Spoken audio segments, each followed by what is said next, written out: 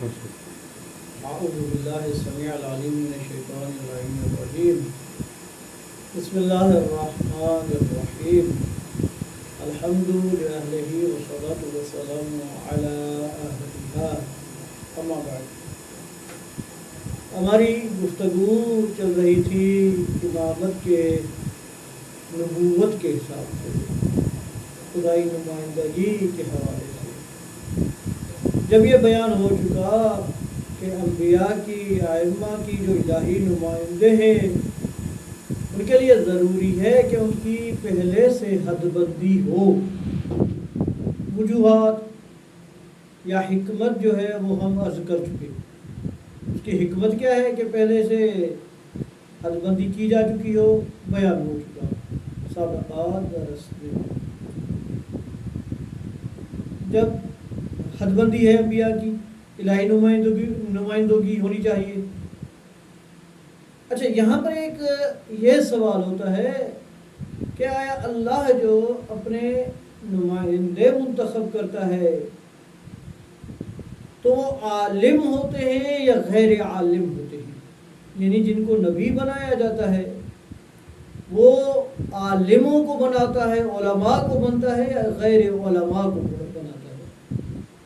یہاں پر انتہائی خوبصورت بحث کی گئی ہے۔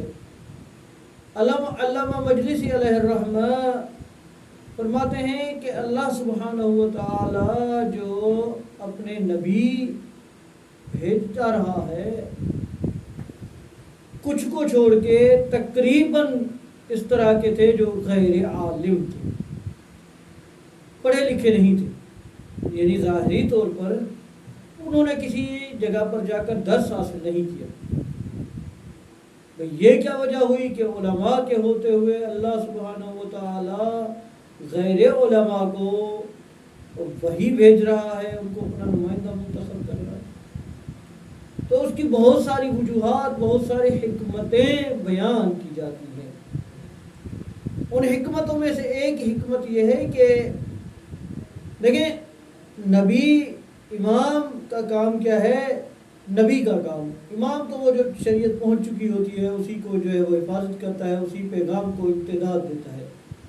بہرحال نبی کا جو کام ہوتا ہے وہ یہ ہوتا ہے کہ خدا کی جانب سے ایک پیغام کو پہنچانا۔ وہ پیغام انتہائی عالی معارف پر مشتمل ہوتا ہے، انتہائی بلند مطالب اس پہ پائے جاتے ہیں۔ اب اگر خود اللہ سبحانہ و تعالی کسی عالم کو اپنا نبی بنا دے تو سننے والا، دیکھنے والا یہ گمان کرے گا، وہ سمجھے گا کہ بھئی یہ جو نبی پیغام دے رہا ہے نہ کہ اللہ کے لیے رہا ہے کہ مجھے اللہ نے یہ پیغام دیا ہے، لیکن حقیقت یہ اس کی اپنی باتیں ہیں۔ یعنی جو ایک تو لوگوں پر جو حجت تمام ہو سکے وہ نہیں ہوگی، دوسرے نمبر پر اس کی بات کا اعتبار نہیں رہے گا۔ کیوں؟ کیونکہ کہیں گے کہ بھائی یہ خود اتنا بڑا عالم ہے اور یہ جو کہہ رہا ہے کہ مجھے خداوند عظیم کی جانب سے یہ پیغام آیا ہے کہ بھائی اس طرح کی باتیں تم پہلے سے کرتے تھے، البتہ ان میں تھوڑی سی تبدیلی آ چکی ہے۔ نمبر ایک۔ نمبر دو، اگر کوئی عالم آتا ہے اور کہتا ہے کہ بھائی یہ چیزیں کرو تو وہ کہیں گے کہ بھائی، لوگ کہیں گے کہ یہ نام اللہ کا لے رہا ہے، باتیں اپنی کر رہا ہے اور اللہ کا نام لے کر اس کو استعمال کر رہا ہے۔ لوگوں کے ذہن میں یہ خدشہ آ سکتا ہے کہ بھائی یہ اللہ کے نام کو استعمال کر رہا ہے، حقیقت میں اللہ کا نبی نہیں ہے۔ اس وجہ سے چونکہ اس پر لوگوں کا اعتماد بحال نہیں ہوگا، اس وجہ سے اللہ نے علماء کو نبی نہیں بنایا بلکہ نبیوں کو وارث قرار دیا ہے۔ نبیوں کا وارث کیوں قرار دیا؟ کہا کہ اس وجہ سے کہ نبی جو پیغام لاتے ہیں، اچھا اس سے پہلے یہ جو بات تھی کہ اللہ غیر علماء کو نبی کے طور پر انتخاب کر لیتا ہے، کیوں؟ اس وجہ سے تاکہ لوگوں کا اعتماد بحال ہو کہ بھائی ہمارے سامنے اس کی زندگی گزری ہے، کسی کے پاس پڑھا نہیں ہے، سابقہ اس کی جو زندگی ہے کبھی ادبیات سے، ادب سے، انتہائی عالی معارف سے اس کا تعلق نہیں رہا، وہ آتا ہے اس کا کردار، البتہ کردار کے حوالے سے، یہ انشاءاللہ جب ہم ابھی صفات کے حوالے سے گفتگو کریں گے تو بیان کریں گے، کردار عالی ہے، کردار کی وجہ سے اس پر اعتماد ہے، لیکن مطالب کے حوالے سے کبھی اس طرح اتنے عظیم مطالب سنے نہیں گئے۔ جب سنے نہیں گئے اور اب یہ بیان کر رہا ہے اور ان مطالب میں سچائی بھی ہے، وہ تصدیق ہوتی ہے، اور ان مطالب کی سچائی کی تصدیق کس طرح ہوگی وہ ایک الگ پہلو ہے، اس کو بھی انشاءاللہ ہم ڈسکس کریں گے، گفتگو اس پر بھی کریں گے۔ جب یہ سب چیزیں لوگ ملا کر دیکھیں گے کہ وہ ایک تو کسی کے پاس پڑھا نہیں ہے، کردار اس کا عالی ہے، تیسرے نمبر پر وہ اپنے مطالب کی جو کہہ رہا ہے انتہائی عالی معارف، ان معارف کی تصدیق بھی غیب کے ذریعے سے ہو رہی ہے، مختلف ذریعوں سے ہو رہی ہے، نتیجہ کیا ہوگا کہ لوگوں کا کو یقین حاصل ہو جائے گا کہ یہ اللہ کا نبی ہے۔ تو اس وجہ سے اللہ سبحانہ وتعالیٰ علماء کو نبی نہیں بناتا۔ البتہ اس کا یہ مطلب نہیں ہے کہ وہ جانتے نہیں ہوتے، ان کے پاس علم نہیں ہوتا، نہیں بھائی، عالم ہوتے ہیں، پر لیکن دنیا کے سب سے بڑے عالم ہوتے ہیں۔ جو بھی نبی ہوتا ہے وہ اپنے وقت کا بہت بڑا عالم ہوتا ہے، وگرنہ ایک فرض کر لیا جائے کہ علم کے، تقویٰ کے، کردار کے لحاظ سے ایک بندہ افضل ہے ہر لحاظ سے، لیکن اللہ جو ہے وہ غیر افضل کو منتخب کر لیتا ہے نبوت کے لیے، تو اللہ کی عدالت پر سوال اٹھے گا، اللہ سبحانہ و تعالیٰ کی عدالت مشکوک ہو جائے گی۔ نبی ہر لحاظ سے افضل ہوتا ہے، لیکن کیونکہ دنیا کے کسی شخص کے پاس جا کر نہیں پڑھا ہوتا، اسی لیے اس کو کہا جاتا ہے کہ بھائی یہ جو ہے وہ پڑھا لکھا نہیں ہے۔ یہ یہاں تک بات ہوگی۔ اچھا، یہ جو نبی پیغام لے کر آیا ہے، سوال یہ ہوتا ہے کہ اس کی تصدیق کس طرح ہو؟ تو اس کا آسان سا طریقہ ہے، آسان سا فارمولہ ہے، وہ کیا ہے کہ بھائی نبی دعویٰ کیا کر رہا ہے کہ مجھے اللہ باتیں بتا رہا ہے، مجھے اللہ نے غیب کی خبریں بتانے کے لیے منتخب کیا ہے۔ اچھا بھائی، ٹھیک ہو گیا، تمہیں اللہ نے منتخب کیا ہے کہ تمہیں غیب کی تم لوگوں کو ڈراؤ، لوگوں کو پیغام پہنچاؤ، یعنی تمہارا اتصال اللہ کے ساتھ ہے۔ جی ہاں، بالکل ہے اللہ کے ساتھ اتصال۔ جب تمہارا اللہ کے ساتھ اتصال ہے تو اللہ کے ذریعے اس کی تصدیق کروا کے دکھاؤ۔ بھائی اللہ کے ذریعے تصدیق کس طرح ہوگی؟ کہا کہ دیکھیں، اللہ نے یہ پوری کائنات خلق کی، عالم تکوین میں اللہ نے اپنی مشیت کا اجرا کیا ہے، تو یہ اسباب کے تابع یہ ساری کائنات، یہ سارا نظم کائنات چل رہا ہے۔ اب تم چونکہ دعویٰ کر رہے ہو خدا سے اتصال کا، تو خدا اس نظم میں جو اسباب کے تحت، یہ مشیت کے تحت یہ کائنات چل رہی ہے، اس میں خلل ڈال سکتا ہے، اس کو تبدیل کر سکتا ہے۔ اگر تمہارا واقع اتصال اللہ کے ذات کے ساتھ ہے تو تم معجزہ دکھاؤ، اعجاز لاؤ، اعجاز دکھاؤ اپنا۔ کس طرح کہ بھائی تم ثابت کرو عالم تکوین میں ایسا نفوذ کر کے جسے ثابت ہو کہ تم نبی ہو۔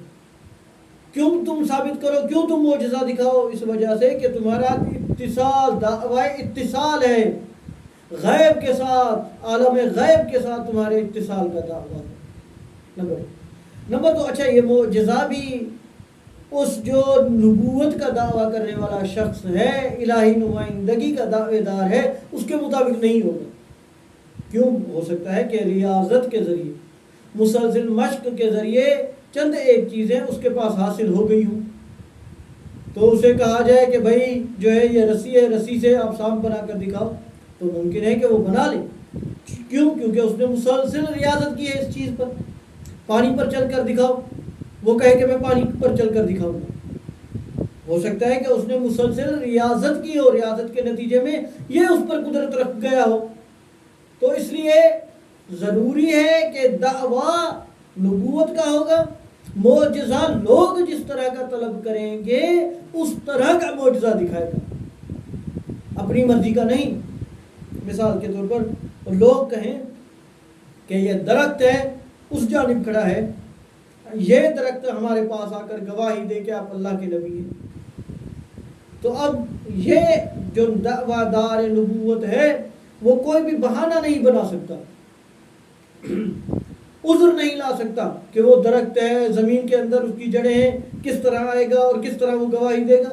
نہیں بھائی، لوگوں نے دعویٰ کیا ہے، تمہارا دعویٰ ہے اتصال بالغیب کا، خدا اس درخت کو چلانے پر قدرت رکھتا ہے یا نہیں رکھتا ہے. جب جس خدا نے اس درخت کو خلق کیا ہے وہی خدا اس پر کو بلوانے پر بھی قدرت رکھتا ہے. تم اس درخت سے اپنی نبوت کا اس بات کرو. اگر لوگوں کی دعویٰ کے مطابق وہ درخت آتا ہے، بولتا ہے، گواہی دیتا ہے، تو اس کا دعویٰ نبوت سچ ہو جائے گا. اسی طرح یعنی لوگوں کی مرضی کے مطابق معجزہ ہوگا، اس کی اپنی مرضی کے مطابق نہیں ہوگا کہ بھائی جو ہے وہ یہ نہیں تو یہ. ایک یہاں پر ایک انتہائی خوبصورت جو لطیفہ ہے وہ یہ ہے کہ ایک بندے نے جو ہے وہ دعویٰ نبوت کیا، جھوٹا دعوے دار تھا. تو لوگوں نے کہا کہ بھائی کوئی معجزہ وغیرہ دکھائیے جس سے آپ ثابت ہو کہ آپ نبی ہیں، اللہ کے نبی ہیں. تو اس نے کہا کہ کون سا معجزہ دکھائیں؟ کہا کہ یہ جو درخت ہے سامنے کھڑا ہوا ہے، اس کو آپ کہیں کہ آپ کے پاس آ جائے، آ کر بتائے، ہمیں گواہی دے کہ آپ اللہ کے نبی ہیں، تو ہم جو ہے وہ آپ پر ایمان لے کر آئیں. اس نے کہا کہ ٹھیک ہے، میں ابھی کہہ دیتا ہوں. تو اس نے درخت کی جانب دیکھ کر کہا کہ درخت یہاں پر چل کر آؤ، ان کو بتاؤ کہ میں اللہ کا نبی ہوں. درخت پر کسی بھی قسم کا کوئی بھی اثر وغیرہ نہیں ہوا. تو یہ اپنی جگہ سے اٹھا اور درخت کے پاس جا کر کھڑا ہو گیا اور کہنے لگا کہ درخت تم کہو نہ کہو، میں تو کہتا ہوں نا کہ اللہ کا نبی. تو لوگوں نے کہا کہ بھائی درخت کو آپ کے پاس آنا تھا، نہ کہ آپ نے درخت کے پاس جانا تھا. تو کہنے لگا کہ بھائی اللہ کے نبیوں میں تواضع ہوتا ہے، تکبر نہیں ہوتا. یہ تکبر کر رہا ہے، میں کیوں تکبر کروں؟ تو اس طرح نہیں ہوتا. دعوی نبوت کے ساتھ مطابقت رکھتا ہو معجزہ. بہرحال یعنی یہ تصدیق ہونی چاہیے. علم میں سب سے اعلیٰ ہو. نبی میں انبیاء کی جو بنیادی صفات ہوں گی، ان بنیادی صفات میں سے ایک صفت یہ ہے کہ اس کا کردار انتہائی پاکیزہ ہوگا، بچپن سے لے کر آخری عمر تک. اس طرح نہیں ہو سکتا کہ کوئی گناہوں میں غلطان رہا ہو، شرک کرتا رہا ہو، گناہ کرتا رہا ہو اور اچانک سے اس کو نبی بنا دیا جائے. نہیں، ناممکن ہے، یہ نہیں ہو سکتا. کیونکہ اگر گنہگار جو ہے، اس کوئی گنہگار ہے، اس کی توبہ کرتا ہے، توبہ اس کی قبول ہوتی ہے، دیگر جو مراتب روحانی منازل ہیں، مقامات ہیں، ان تک وہ فائز ہو سکتا ہے. لیکن درجہ نبوت تک پہنچ جائے یہ ناممکن ہے، نہیں ہو سکتا. اور جس طرح ہمیں بیان بھی کر چکے ہیں کہ نبوت کی، انبیاء کی حد بندی ہے. کیوں نہیں ہو سکتا؟ کہ بھئی یہ گنہگار رہا ہے. انسان بعد والی زندگی میں کتنا بھی پاکیزہ اور اچھا انسان کیوں نہ بن جائے، لوگوں کی زندگی، لوگوں کے ذہنوں میں اس کی پچھلی زندگی، سابقہ زندگی محفوظ ہوتی ہے. اگرچہ لوگ ظاہری طور پر اس کا اتباع کر بھی رہے ہوں، لیکن آپس میں ملتے جلتے کہتے ہیں، کہہ بھی دیتے ہیں کہ یار یہ دیکھو خدا کی شان ہے، جو کل کا چور تھا آج ماشاءاللہ جو ہے وہ امام جماعت بن گیا ہے، مولانا صاحب بن گئے. تو کہتے ہیں لوگ. تو چونکہ یہ الہی منصب ہے تو لہذا ضروری ہے کہ جس کی زندگی ابتدا سے تا انتہا پاکیزہ کردار کی حامل رہی ہو وہ ہو سکتا ہے. یعنی صاحب عصمت ہو. صاحب عصمت اس وجہ سے بھی ہونا ضروری ہے کہ نبی کی اطاعت حقیقت میں اللہ کی اطاعت ہوتی ہے. اگر کسی گنہگار کو فرض کر لیا جائے کہ وہ نبی ہے، اب وہ گناہ کا حکم دے رہا ہے، ظاہر بات ہے نبی ہے، خدا کی جانب سے ہے تو اس کی اطاعت ہوگی. جب اس کی اطاعت ہو گئی یعنی کیا؟ اسی وجہ سے نبی کی قول، فعل اور تقریر بھی حجت ہے. یعنی نبی پاک جو کہہ دیں وہ بھی حجت ٹھہرا، جو کر دیں وہ بھی حجت ٹھہرا، ان کے سامنے ہو پھر بھی حجت ہے. کیوں حجت ہے؟ اس وجہ سے کہ وہ اللہ کی جانب سے، وہ جو بھی کرے گا وہ اللہ کی جانب سے کرے گا. اسی وجہ سے قرآن مجید نے جو کہا ہے کہ وَمَا تَشَاءُونَ إِلَّا أَن يَشَاءَ اللَّهُ، کہ اہل بیت رسول آپ کچھ بھی نہیں چاہتے سوائے یہ کہ جو اللہ چاہے. کیوں؟ کیونکہ انہوں نے، اللہ نے ان کو اپنی مقامات کے لیے، اپنے الہی نمائندگی کے لیے منتخب کر لیا ہے. اب ان کی رضا اپنی رضا نہیں ہے، ان کی مشیت نہیں ہے، اللہ کی مشیت ہے۔ انہوں نے ان ذوات مقدسہ نے اپنے آپ کو اللہ کی رضا میں گم کر دیا ہے، فنا کر دیا ہے، ختم کر دیا ہے۔ لہذا اب ان کی اطاعت، ان کے قول فعل تقریر کے مطابق چلنا حقیقت میں اللہ کی اطاعت کرنا ہے۔ یہی بات قرآن مجید نے اس طرح بیان کی ہے، بسم اللہ الرحمن الرحیم، وَمَن يُطِعِ الرَّسُولَ فَقَدْ أَطَاعَ اللَّهَ، جو بھی رسول کی پیروی کرے گا، اطاعت کرے گا، اس نے اللہ کی اطاعت کی ہے۔ اب اگر کوئی فرض کر لیا جائے گنہگار ہے اور اس کی اطاعت ہو رہی ہے، تو کیا خدا گناہوں کا حکم دے رہا ہے؟ نمبر 1۔ نمبر 2، سورہ مبارکہ نجم میں ہمارے بعض جو نادان قسم کے لوگ ہوتے ہیں کہ وہ کہتے ہیں کہ دینی امور میں نبی جو ہوتا ہے وہ معصوم ہوتا ہے لیکن دنیاوی امور میں معصوم نہیں ہوتا۔ پھر ان کی کتب تو اس طرح کے مواد سے بھری ہوئی ہے۔ حالانکہ اگر ان روایات کو قرآن مجید میں پر پیش کر دیتے اور تھوڑا غور و فکر سے کام لیتے تو ان کے لیے بات واضح تھی۔ ایسی روایات کو، احادیث کو دیوار پر دے کر مارتے۔ قرآن مجید تو اپنے حبیب کی شان کے لیے یہ کہہ رہا ہے کہ بسم اللہ الرحمن الرحیم، وَمَا يَنطِقُ عَنِ الْهَوَىٰ،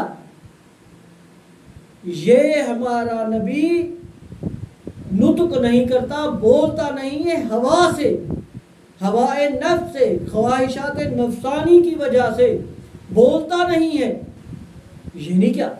یعنی انسان بولتا کب ہے؟ یعنی بولتا کوئی کسی کا کس قدر بھی مطیع کیوں نہ ہو، فرما بردار کیوں نہ ہو، وہ عمل کی حد تک ہو سکتا ہے۔ ایک بیٹا ہے انتہائی فرما بردار ہے، باپ سے جہاں باہر جاتا ہے پوچھتا ہے، لیکن یہ بیٹا اس قدر مطیع ہو جائے کہ باپ کی اجازت کے سوا کبھی بھی کوئی لفظ تک نہ بولے، اور وہ بولے جو باپ کہتا ہو، یہ ناممکن ہے، اصلا نہیں ہو سکتا۔ لیکن رسول اسلام کی شان یہ ہے کہ وہ بولتے تک نہیں ہیں ہوا سے، اپنی خواہش کے ذریعے سے، ان هو الا وحی یوحیٰ، سوائے یہ کہ ان کی طرف وحی کر دی جائے۔ بھائی دیکھیں، بولنا ایک انتہائی سخت ترین مرحلہ ہے۔ جب کوئی شخص اپنی ہوا سے، اپنی خواہش سے بولتا تک نہیں ہے تو وہ عمل خدا کی مرضی کے بغیر، عمل وحی الہی کے بغیر کس طرح کر سکتا ہے؟ تو اسی وجہ سے رسول اسلام کی اطاعت اللہ نے اپنی اطاعت قرار دی ہے۔ اپنی محبت کی دلیل کہہ رہا ہے کہ کوئی شخص کہتا ہے کہ میں اللہ سے محبت کرتا ہوں، اے حبیب ان کو کہہ دیجئے کہ اتبعونی یحببکم اللہ، تم میری اطاعت کرو۔ کیوں کرو؟ اس وجہ سے کہ میں اللہ کی نمائندگی کرنے والا ہوں۔ یہ الفاظ اتبعونی کے بھی اللہ کے ہیں، اللہ اپنے نبی سے ادا کروا رہا ہے۔ لہذا یہ جتنی بھی چیزیں ہیں کہ انبیاء معصوم ہوتے ہیں، ان کا معصوم ہونا اظہر من الشمس ہے۔ اس پر جہاں پر قرآن مجید کی متعدد آیات ہیں، اسی طرح عقل تو سب سے پہلے حکم لگاتا ہے کہ جو اللہ کا نمائندہ ہو وہ معصوم ہونا چاہیے، صاحب عصمت ہونا چاہیے۔ رب العالمین کی بارگاہ میں دعا ہے کہ ہمارے ولی النعم و صاحب زمان امام زمان علیہ السلام کے ظہور کی جلدی فرمائے، ہمیں امام علیہ السلام کے خادموں میں شمار کرے۔